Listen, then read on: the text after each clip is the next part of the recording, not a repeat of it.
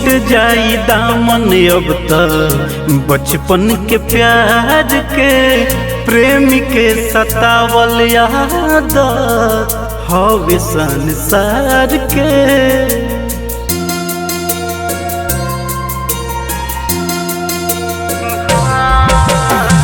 छूट जाई दामन अब तक बचपन के प्यार के, प्रेमी के सतावल याद हवे संसार के।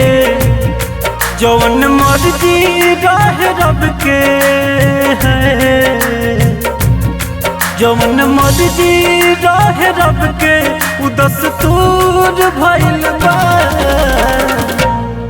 हम तो जाना तानी जान लोगवे दूर कइले बा। हम तो जाना तानी जान लोगवे दूर कइले बा। एक रात एक बात लिखूंगा, खुद को दाग तुझे साफ लिखूंगा। हकीकत में तुम कभी मिलोगे नहीं, एक किताब में अपनी मुलाकात लिखूंगा।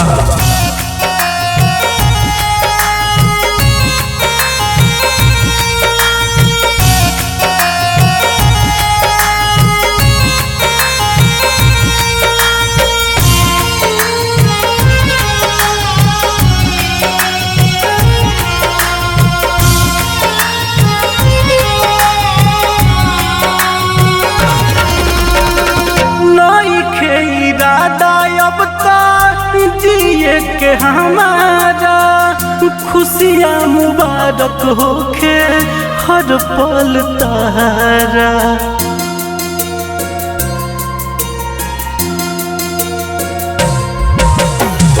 नइखे इरादा अब तक जिए के हमारा खुशियाँ मुबारक होके हर पल तारा।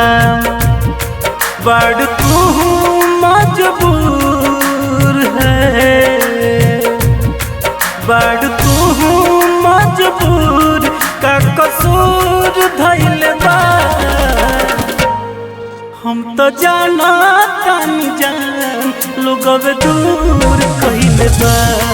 हम तो जाना तानी जान लोगवे दूर कइले बा।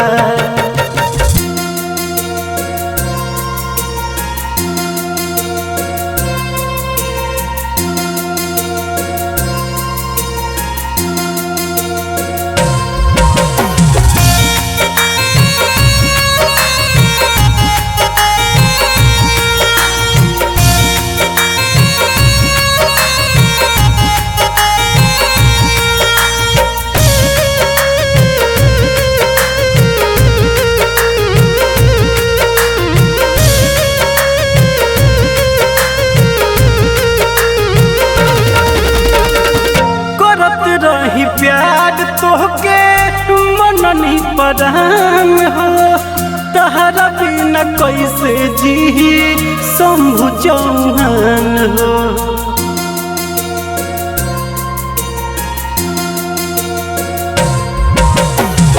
करत रही प्यार तोहके मननी परान हो, तहरा बिना कैसे जी शंभु चौहान हो। अब तो प्रेम के बीमारी है,